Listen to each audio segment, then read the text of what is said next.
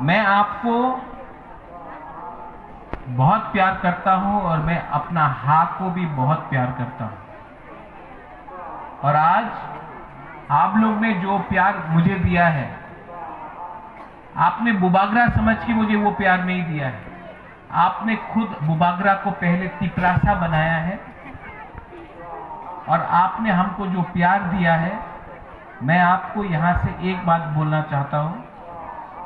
बुबागरा मर जाएगा लेकिन अपना तिपरासा को कभी धोखा नहीं देगा। मैं आपको इतना प्यार करता हूं। यहां में आज मैंने पूजा किया है, प्रार्थना किया है। आज मैंने प्रार्थना किया है और मैंने प्रार्थना अपने लिए नहीं किया है।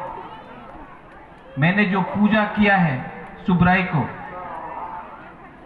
मैंने पूजा प्रार्थना किया है अपना दोफा के लिए, अपना जाति के लिए, थानसा के लिए, शांति के लिए और पूरा तिपरासा के लिए बुबागरा ने यहां में आज पूजा किया है। और हमको विश्वास है कि ऊपर